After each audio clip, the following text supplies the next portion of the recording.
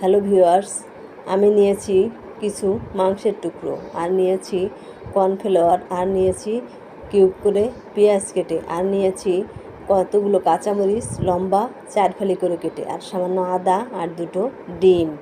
এখন একটা বাটিতে আমি ডিম দুটোকে ফেটিয়ে কর্নফ্লাওয়ার দিয়ে ভালো করে গুলে নেব, সামান্য লবণ দিব। এরপরে আমি মাংসের টুকরাগুলোকে কর্নফ্লাওয়ারে ডুবিয়ে কড়াইতে তেল দিয়ে লাল করে ভেজে নেব। মাংসের টুকরোগুলো ভাজা হলে আমি ওই একই তেলে দিয়ে দেব পেঁয়াজ, আর দিব সামান্য আদা বাটা, সামান্য একটু সস আর লবণ দিয়ে একটু ভেজে নেব। এরপরে আমি আগে থেকে ভেজে রাখা মাংসের টুকরোগুলো দিয়ে দেব।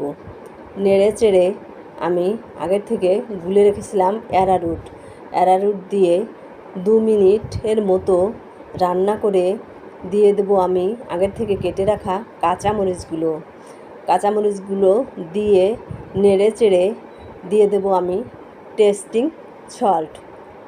এরপর আমি লবণটাকে দেখে নেব। তারপর আমি দিয়ে দেব সামান্য একটু চিনি। এরপর আমি নামিয়ে নেব অসাধারণ স্বাদের এই চিলি চিকেন। আপনারা খেলেই বুঝতে পারবেন আসলে সামান্য আদা বাটা দিয়েই চিলি চিকেনটা কত মজাদার হয়েছে। না খেলে বুঝতে পারবেন না। ধন্যবাদ সকলকে, ভালো থাকবেন।